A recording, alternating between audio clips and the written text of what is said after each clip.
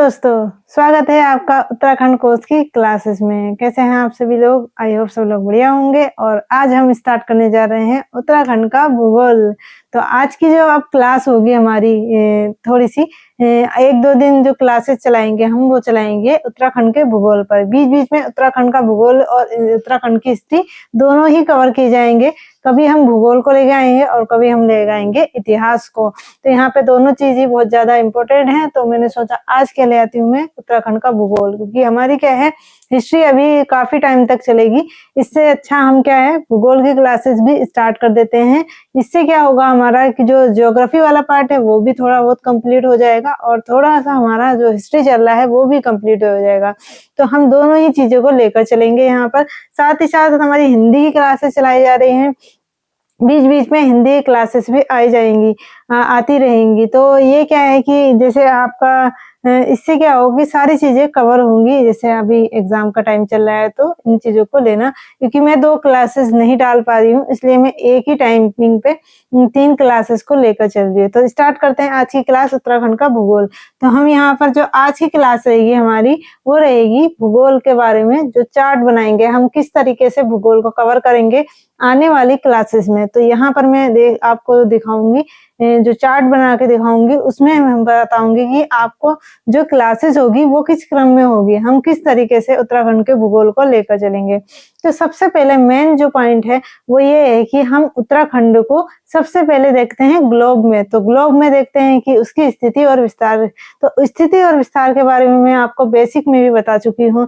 कुछ पॉइंट्स आपको ये जहाँ पे भूगोल है उसमें देखने को मिल जाएंगे जो मैंने बेसिक बताया था, तो उसी चीजों को हम लेके चलेंगे। लेकिन अब क्या है सीक्वेंस से हम चला रहे हैं, तो सीक्वेंस के अकॉर्डिंग ही यहाँ जैसे मैंने आपको इतिहास में पहले स्टार्टिंग में क्या है एक चार्ट बनाया था, जिसमें क्या था उसका कालक्रम, यानी कि कालक्रम कहते हैं। तो कालक्रम मैंने वहां पर बताया था, जिसमें आपका प्राचीन इतिहास, आधुनिक और मध्यवर्ती इतिहास को हमने वहां पे डिवाइड करके क्या है पूरे चार्ट में, जिसमें आपका मध्यकालीन उसमें क्या आता है चंद और पवार आ जाते हैं, आधुनिक युग हमारा चल रहा है। तो इसी तरीके से हम क्या करेंगे पहले एक चार्ट बनाएंगे, जिसमें क्या होगा हमारा सारी चीजें कवर की जाएगी कि हम किस तरीके से किन-किन चीज़ों को लेकर चलेंगे। तो फर्स्ट हम क्या लेके चलेंगे स्थिति और विस्तार को लेके जाएँगे, क्योंकि हमें सबसे पहले क्या होता है कि अगर हमें किसी चीज़ के बारे में पढ़ना है तो हमें उसकी ग्लोब में स्थिति के बारे में जानना बहुत ज़रूरी है। जैसे हमारी क्या थी कि ग्लोब में मैंने आपको बेसिक में जो बता रखा है, जिसमें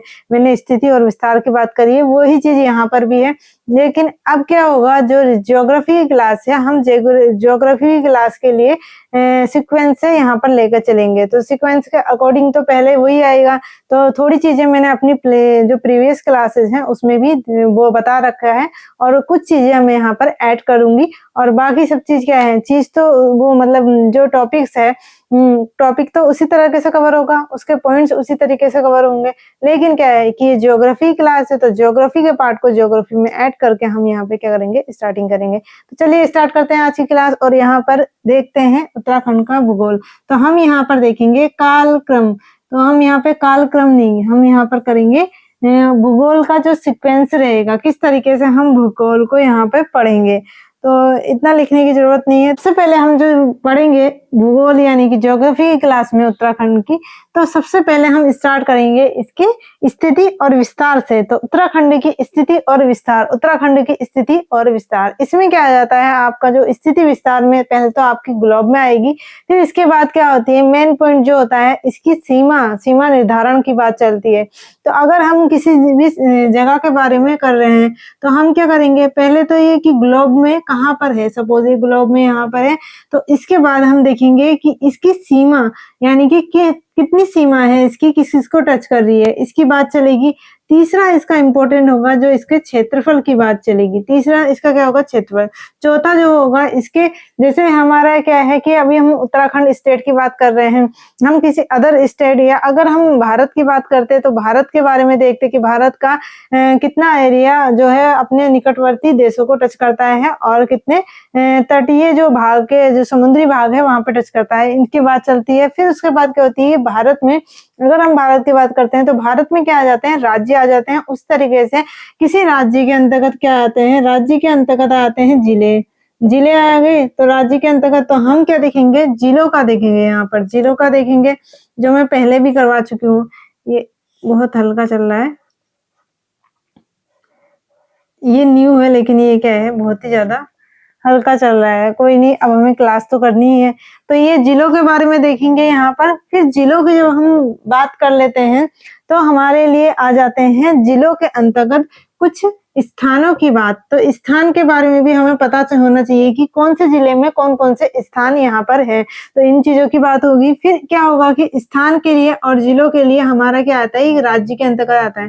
सपोज ये राज्य है, तो यहाँ से यहाँ जाने के लिए, यहाँ से यहाँ जाने के लिए 3 तरह की सेवाएं होती है। एक होती है रेल, दूसरी होती है बस यानी कि सड़क मार्ग, और तीसरा होता है वायु। तो तीनों की बात करेंगे यातायात की। तो पहला जो हमारा स्थिति और विस्तार के अंतर्गत आ जाएगा, उसके अंतर्गत हम इतनी चीजों को कवर करेंगे। और फिर उसके आगे जो हमारा उत्तराखंड का भौगोलिक विभाजन है उसको लेके चलेंगे। तो मैं सीक्वेंस यहाँ पे आपको लिख रही हूँ, और इसी तरीके से हमारी क्या होगी, रेगुलर क्लासेस होंगी उत्तराखंड की जियोग्राफी के ऊपर। तो जियोग्राफी जब हम करेंगे तो उसके बाद बीच बीच में जो है इतिहास को मैंने कहा ही है, तो आप परेशान मत होइएगा। जैसे हमारी जियोग्राफी की क्लास आएगी, हिस्ट्री क्लास आएगी, मतलब इसी तरीके से आती रहेंगी। तो दोनों ही चीजें यहाँ पे कवर की जाएगी। तो स्टार्ट करते हैं आज की ये क्लास। ये बहुत हल्का चल रहा है,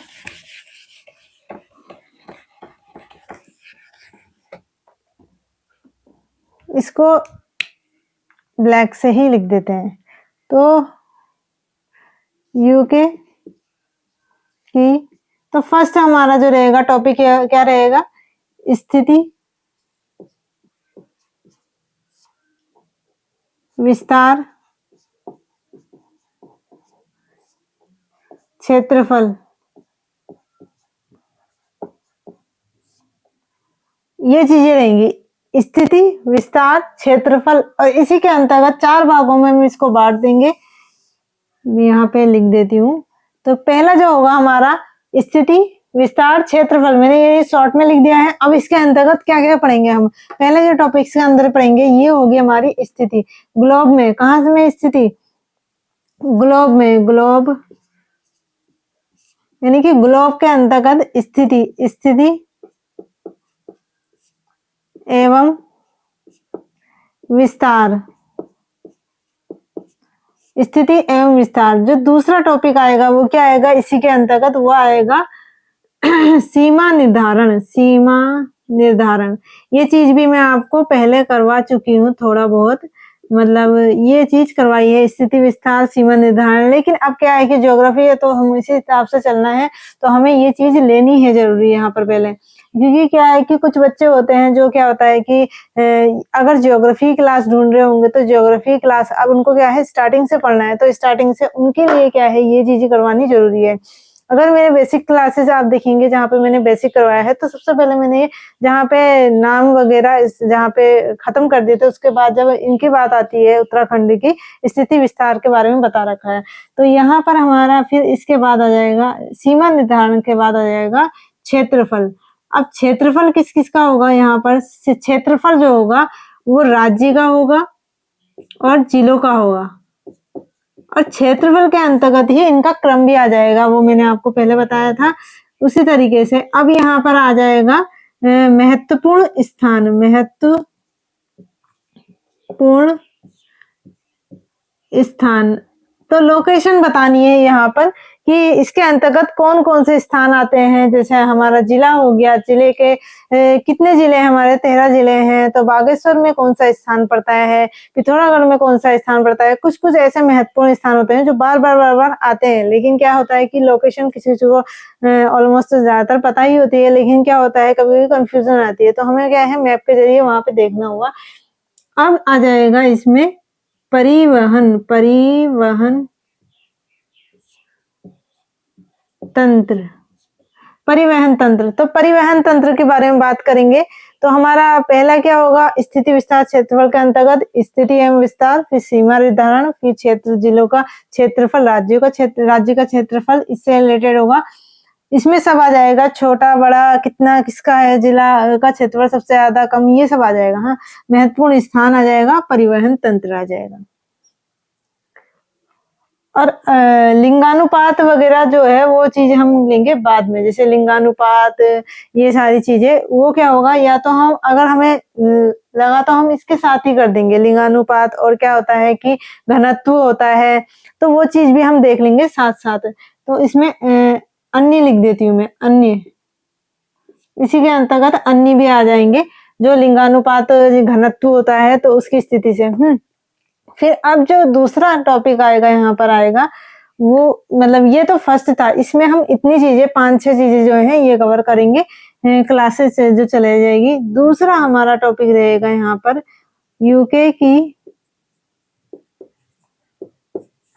भौगोलिक स्थिति। तो दूसरा टॉपिक जो हमारा रहेगा वो क्या रहेगा, उत्तराखंड की भौगोलिक स्थिति।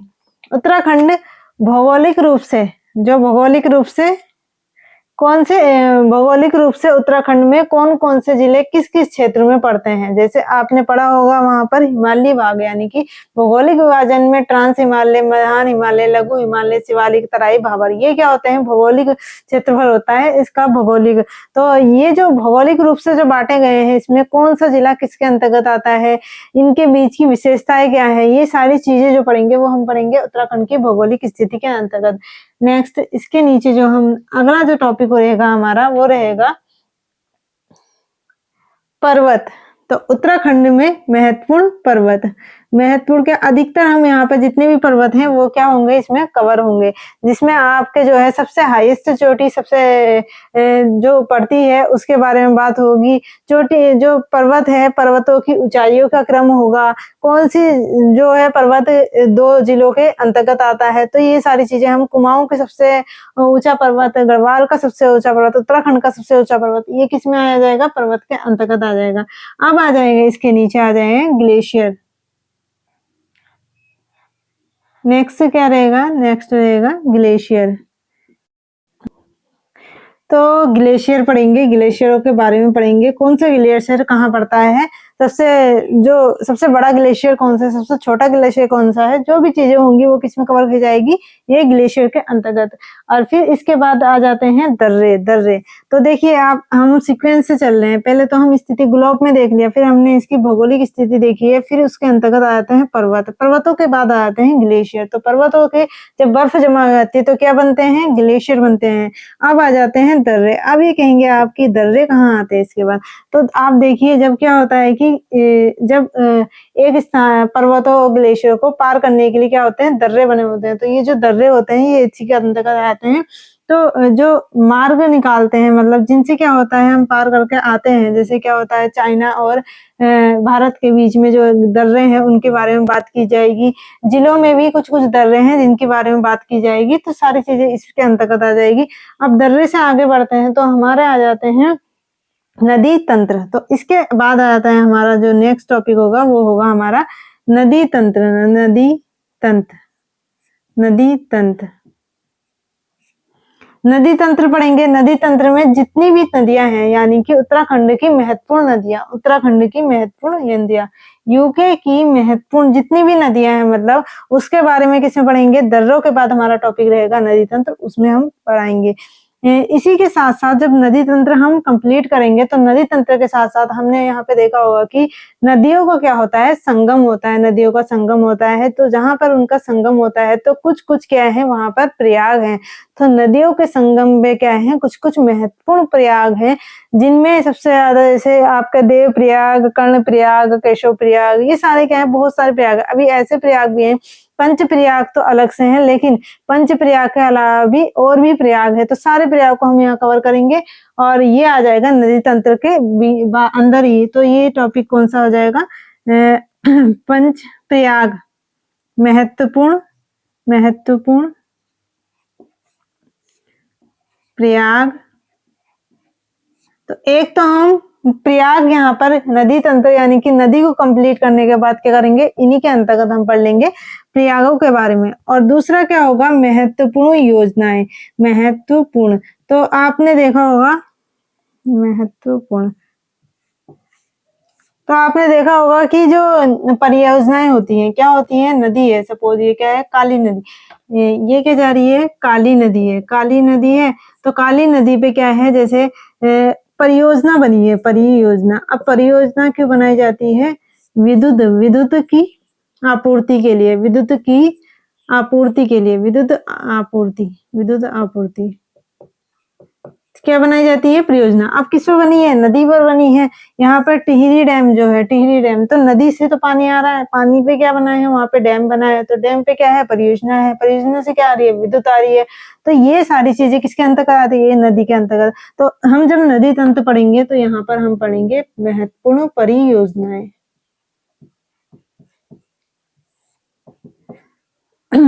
तो ये हमारा इसके अंतर्गत आ जाएगा, महत्वपूर्ण परियोजनाएं। जो भी हमारी उत्तराखंड की महत्वपूर्ण परियोजनाएं हैं वो सारी इसके अंतर्गत आ जाएगी। अब जब हम नदी तंत्र से आगे बढ़ते हैं, तो नदी तंत्र से हम जब आगे बढ़ते हैं तो हमें मिल जाते हैं कुंड व प्रपात। कुंड व प्रपात, तो मैं यहाँ पर लिख देती हूँ। इसके बाद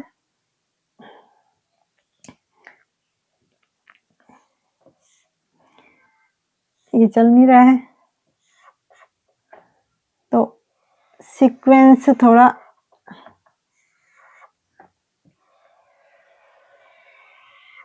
ये हो जाएगा,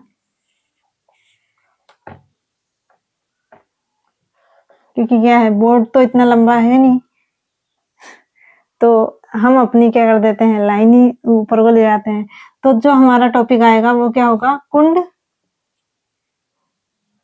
जल कुंड, जल कुंड। तो जल कुंड पढ़े होंगे आपने, ठंडे पानी के जल कुंड और गर्म पानी के, ये जल कुंड व प्रपात इसके बारे में पढ़ा होगा। जल कुंड जैसे, तो इनके बारे में जो हमारे लोकेशन है, तो ज्योग्राफी के अंदर ही आ जाते हैं ये। तो जितने महत्वपूर्ण कुंड होंगे और प्रपात होंगे वो इनके अंतर्गत आ जाएंगे। अब यहाँ पर इसके बाद आ जाते हैं यहाँ पर ताल। तो देखा होगा कि महत्वपूर्ण ताल है, जैसे हमारा नैनीताल में नैनीताल, नौकुचिया ताल, और आपके बहुत सारे झिलमिल ताल। तो ये क्या है, अलग अलग लोकेशन में, नौकुचिया ताल, भीमताल, ये तो नैनीताल जिले में है। लेकिन एक होता है काणा ताल और बहुत सारे काकभूषण ताल। तो ये क्या है, अलग अलग जिले में है। तो हम यहाँ पर मैपिंग के थ्रू इनको देखेंगे कि कौन सा ताल कहाँ पर है। तो यहाँ पर क्या आ जाएगा, ताल आ जाएगा। नेक्स्ट जो टॉपिक आएगा वो होगा ताल।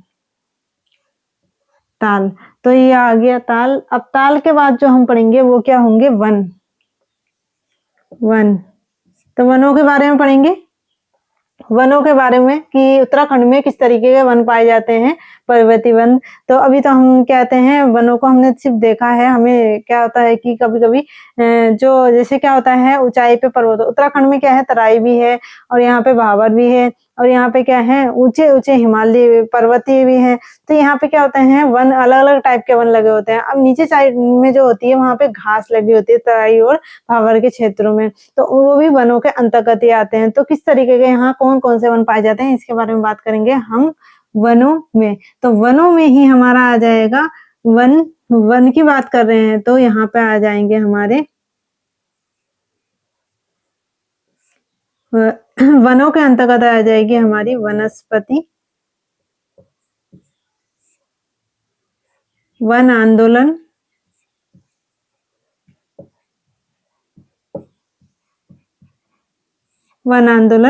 और यहाँ पर जो कहते हैं महत्वपूर्ण क्या है, वन आंदोलन है, और वन अभ्यारण्य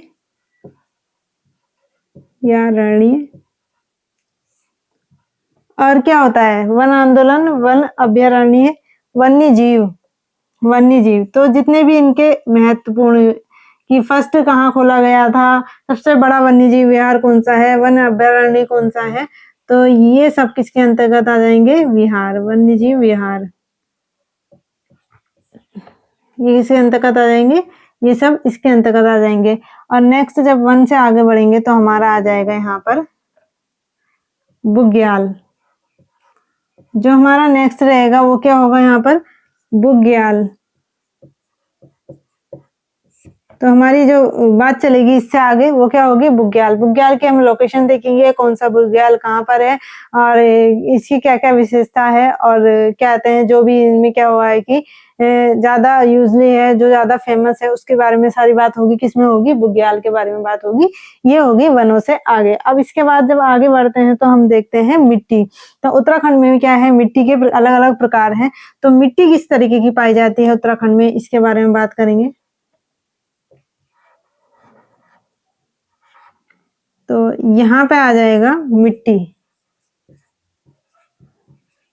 अब इतना लंबा ये चार्ट है, मतलब इतनी लंबी सीक्वेंस है, तो ये क्या होगा कि हमें बोर्ड को ऐसे ना करके ऐसे खड़ा करने तो पॉसिबल नहीं था। तो इससे बढ़िया क्या कर देते हैं, हम ऐसे ऐसे लिख देते हैं। अब यहाँ पर जो आ गया है नेक्स्ट टॉपिक है मिट्टी। तो इतने सारे टॉपिक्स यहाँ पर हमारे कवर होंगे। अब मिट्टी के बाद जो हम करेंगे, मिट्टी के बाद क्या आ जाती है, जलवायु आ जाती है। अब मिट्टी जो है, मिट्टी के अंतर्गत हमारे आ जाते हैं खनिज। मिट्टी के प्रकार पढ़ेंगे, फिर पढ़ेंगे खनिज संपदा। ये ब्लू वाले से आपको दिख रहा है, थोड़ा बहुत दिख रहा होगा, हल्का है। तो ये खनिज संपदा की बात किसमें करेंगे, ये करेंगे मिट्टी वाले जब टॉपिक्स कवर करेंगे तो यहाँ पर आ जाएगा खनिज संपदा। अब जब मिट्टी से आगे को बढ़ेंगे यहाँ पर, तो हमारे जो कुछ टॉपिक हैं,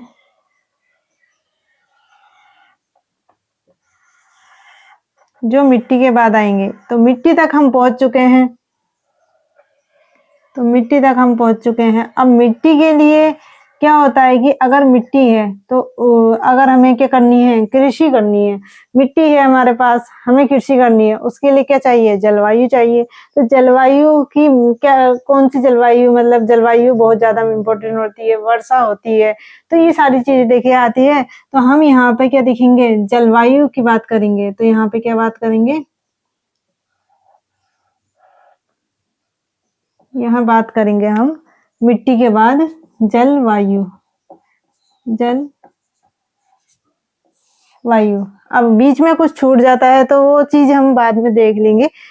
बाकी मुझे तो अभी ये चीजें याद थी कि हाँ हमारा इतना जो होता है सीक्वेंस होता है। फिर इसके बाद आती है कृषि। अब जब जलवायु आ गई तो हमने क्या कर ली, वहां पर कृषि कर ली। जब जलवायु आ गई है तो वहां पे क्या हुई, कृषि हुई। कृषि हुई।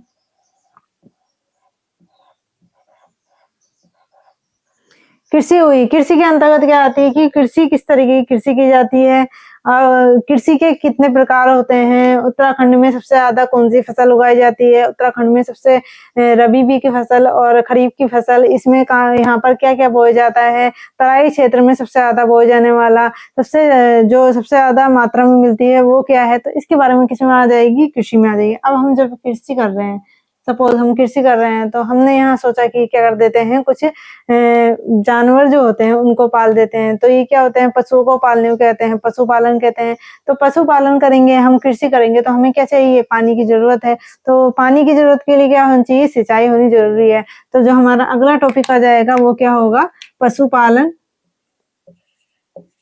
पशुपालन एवं सिंचाई। तो सिंचाई, तो पशुपालन एवं सिंचाई। तो सिंचाई क्या होती है, किससे होती है सिंचाई, पशुपालन। हमने यहाँ पे क्या कर दिया, पशुपालन कर दिया। तो कहाँ पर कौन सी पशुओं का पालन किया जाता है, मत्स्य पालन, ये सारी चीजें जितने भी आ जाएंगे वो किसके अंतर्गत आ जाएंगे, पशुपालन के अंतर्गत आ जाएंगे। इसके बाद सिंचाई करी। सिंचाई करी तो हमें क्या चाहिए थी, इसके लिए हमें नहरों की जरूरत थी, क्योंकि सिंचाई क्या है, सिर्फ हम पानी पर ऐसे, मतलब क्या है, मौसम के अनुसार ही उस पर निर्भर नहीं करते। बारिश होगी तभी हमारी क्या होगी, खेतों में सिंचाई होगी। हमें क्या करनी चाहिए, इसके लिए नहरों का निर्माण हुआ। नहरों का निर्माण हुआ तो यहाँ पर इसके अंतर्गत क्या आ जाएगा, एक टॉपिक और आ जाएगा, वो क्या होंगी, नहरें। तो यहाँ पर कौन सी नदी से कौन सी नहर निकाली गई, ये चीजों की बात क्या करेंगे, सिंचाई और पशुपालन के अंतर्गत। तो सिंचाई और पशुपालन के अंतर्गत एक टॉपिक और आ जाएगा, वो क्या होगा, नहरें होगा। ये मैंने यहाँ पे ना इसको ब्लैक से ही लिख दिया है, तो ये भी आप देख लेना। यहाँ पर जो है ये इसके अंतर्गत है। हाँ, तो ये सारी चीजें क्या आ जाएगी, पशु नहरें आ जाएंगी। फिर नहरों के बाद जब हम आगे बढ़ते हैं तो यहाँ पर नहरें हो रही है, सब हो गई, सिंचाई हो रही है, सब बढ़िया से चल रहा है।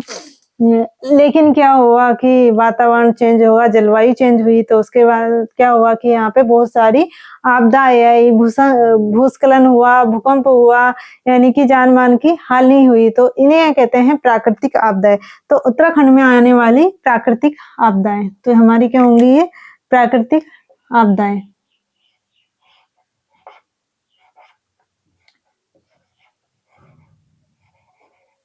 ये चलने का नाम नहीं ले रहा है, तो हम इसको नहीं चलाते, हम दूसरा लेते हैं।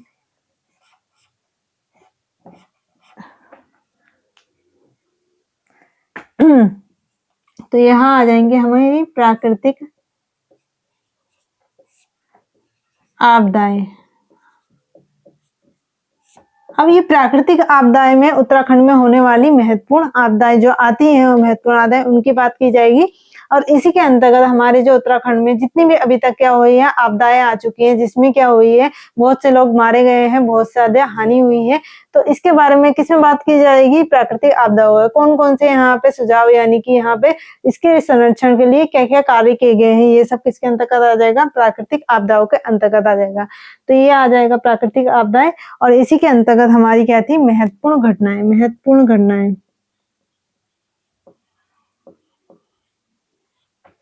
घटनाएं तो कौन कौन सी वो घटनाएं हुई जहां पर क्या हुआ, यहाँ पे उत्तराखंड में जान माल की हानि हुई। इसके बाद आती है हमारे क्या है कि यहाँ पे पशुपालन हो रही है, कृषि हो रही है, आपदाएं आ रही है। लेकिन उत्तराखंड क्या आप भारत में या विदेश कहीं पर भी देखिए तो क्या है, सभी जगह पे एक जैसे लोग नहीं रहते हैं। तो क्या होते हैं, कुछ क्या होते हैं, सबकी अपनी बनावट होती है, सबकी अलग अलग क्या होती है, उनका कुछ ना कुछ चेंज होता है, वेशभूषा, उनकी बोली चेंज होती है। तो इस तरीके से रहन सहन भी अलग होता है। तो इस तरीके से उत्तराखंड में भी ऐसे बहुत सारे लोग हैं जो क्या हैं, अलग अलग जाति के हैं। तो इन जातियों को देखते हुए उत्तराखंड को जनजाति क्षेत्रों में बांट दिया गया था। तो यहाँ पे क्या आ जाएगी, जनजातियां, उत्तराखंड में रहने वाली प्रमुख जनजातियां। तो कौन कौन सी वो जनजातियां हैं जो यहाँ पर निवास करती है, जनजातियां। तो ये जनजातियां हैं यहाँ पर, तो हमारी बात चलेगी यहाँ जनजातियों से। जनजातियां, तो जनजातियों की जब हम बात करेंगे, जिसमें क्या आ जाएंगे, जिसमें आ जाएंगे बॉक्सा आ जाएंगे, राजी आ जाएंगे, थारू आ जाएंगे। सबसे बड़ा जनजाति क्षेत्र, सबसे बड़ा जनजाति कौन सी है, उत्तराखंड की सबसे बड़ी जनजाति गढ़वाल की जनजाति, कुमाऊं की सबसे बड़ी जनजाति। तो ये सब किसके अंतर्गत आ जाएगी, जनजाति के अंतर्गत आ जाएगी। इसी के अंतर्गत आ जाएंगे SC ST। तो इनकी जनसंख्या वाला जो भाग आ जाएगा वो किसके अंतर्गत आ जाएगा, इन्हीं के अंतर्गत आ जाएगा। ये जो अन्य था ना, ये जो अन्य था जिलों का, इसमें भी क्या आ जाएगा, लिंगानुपात। मैं यहाँ पे लिख देती हूँ, जैसे घनत्व, लिंगानुपात, और जो भी और चीजें होती हैं जो इम्पोर्टेंट है, वो सारी चीजें हम किसमें देखेंगे, राज्य जिलों के क्षेत्रफल के अंतर्गत। तो ये हमारा क्या है, चार्ट है। अभी यहाँ पर क्या है, कुछ चीजें रह गई हैं, वो क्या है, उसके लिए छोटा सा चार्ट और बनाऊंगी मैं, तो इतना आप स्क्रीनशॉट ले लीजिए। तो ये था मेरा ज्योग्राफी का चार्ट कि इस तरीके से हम सीक्वेंस से क्या करेंगे, उत्तराखंड की ज्योग्राफी यानी कि उत्तराखंड के भूगोल को कवर करेंगे। तो कैसा लगा आपको मेरा ये मेथड कि इस तरीके से हम क्या करेंगे, उत्तराखंड का भूगोल कवर करेंगे। तो चलिए बढ़ते हैं, इसका स्क्रीनशॉट ले लीजिएगा और फिर बढ़ते हैं थोड़ा सा आगे।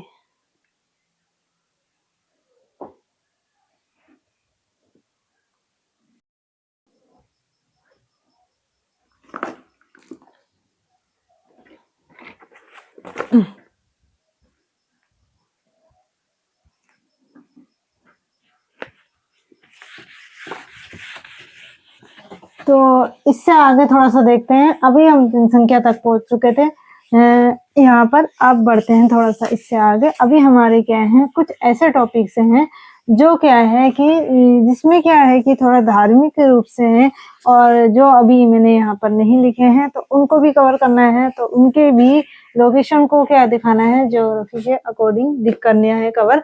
तो यहाँ पर हमारा जो अगला टॉपिक आ जाएगा वो आ जाएगा हमारा मंदिर। तो यहाँ पे मंदिरों की बात होगी। जब जनसंख्या हम ये चीजें कवर कर देंगे तो यहाँ बात होगी मंदिर की। मंदिर की बात होगी तो यहाँ पर आ जाते हैं उत्तराखंड में जो बहुत सारे क्या है पर्वतों पे बने हुए हैं मंदिर हैं, उनकी बात आती है। जो मैदानी भागों में है, जो भाबर के क्षेत्र में जितने भी मंदिर होंगे वो किसमें बताए जाएंगे, यहाँ पर मंदिर के अंतर्गत आएंगे। और इसी के साथ साथ यहाँ पर एक महत्वपूर्ण टॉपिक आ जाता है, वो क्या होता है कि पंच केदार।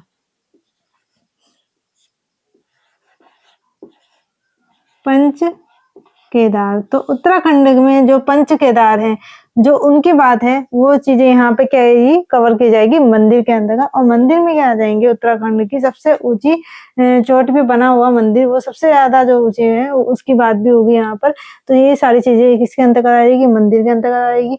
अब थोड़ा सा मंदिर के आगे बढ़ते हैं, तो मंदिर के आगे बढ़ते हैं तो क्या होता है कि धार्मिक लोग अलग अलग क्या है, उत्तराखंड में धार्मिक धर्म के लोग रहते हैं, भारत में ही अलग अलग धर्म के लोग रहते हैं।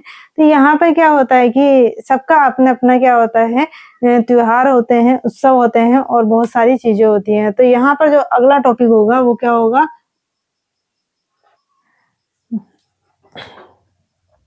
जो अगला टॉपिक कवर किया जाएगा, इसको तो ठंडा लगा है, यहीं से चल देते हैं, कोई नहीं, आप समझ लीजिएगा। प्रमुख त्योहार व उत्सव, प्रमुख त्योहार व उत्सव।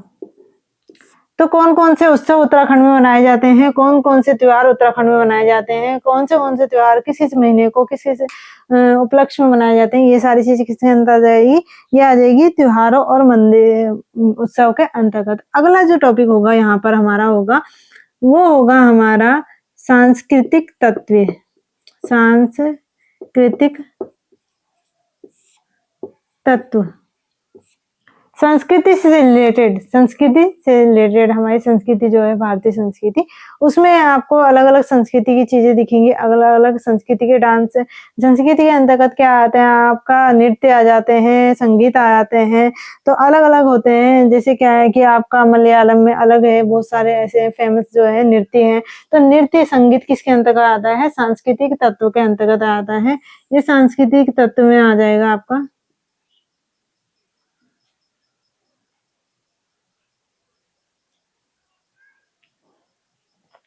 सांस्कृतिक तत्व के अंतर्गत आ जाएगा यहाँ पर नृत्य, यहाँ पर आ जाएगा आपका संगीत। तो कौन कौन से नृत्य यहाँ पे फेमस है, कौन कौन से संगीत फेमस है, इसके बारे में क्या करेंगे, यहाँ पर चर्चा करेंगे। फिर आगे बढ़ते हैं तो यहाँ पर आ जाते हैं आपके प्रमुख आभूषण।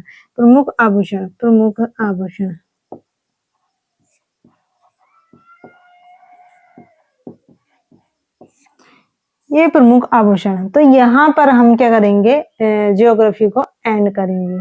तो इसके बाद अगर हमें कोई इंपॉर्टेंट चीज मिलेगी, मतलब जो हमारा छूट गया होगा, उसको भी यहाँ पे क्या करेंगे, कवर करेंगे। वो चीज आ जाएगी थोड़ा अलग से, ये है कि प्रथम कौन थे, और उत्तराखंड में जो भी मुख्यमंत्री रहे हैं, उत्तराखंड में जो चक्र रहे हैं, समाचार पत्र तो मैं वैसे हिस्ट्री में ही कवर करवा दूंगी, जितने भी समाचार पत्र हैं उन चीजों को। और बाकी यहाँ पर जो भी यहाँ पर क्या रहे हैं कि शौर्य को प्राप्त, यानी कि जो साहसिक रहे हैं, पुरस्कार मिले हैं, वो सारी चीजें क्या होगी, इसके बाद आएगी। तो इतना हमारा क्या होगा, ज्योग्राफी में कंप्लीट कराया जाएगा टॉपिक्स को। तो आप जुड़े रहिए हमारे साथ, हमारी क्लासेस में इस तरीके से कवर कराएंगे। तो जुड़े रहिए हमारे साथ, और हमारी डेली क्लासेस को आप ज्वाइन कर सकते हैं, और इसी तरीके से सरकारी परीक्षा की तैयारी कर सकते हैं। तो मिलते हैं नेक्स्ट क्लास में, और करते हैं उत्तराखंड की ज्योग्राफी की, यानी कि भूगोल की शुरुआत। तो देखते हैं कैसा रहता है अगला सेशन। तो तब तक के लिए जय हिंद, जय भारत।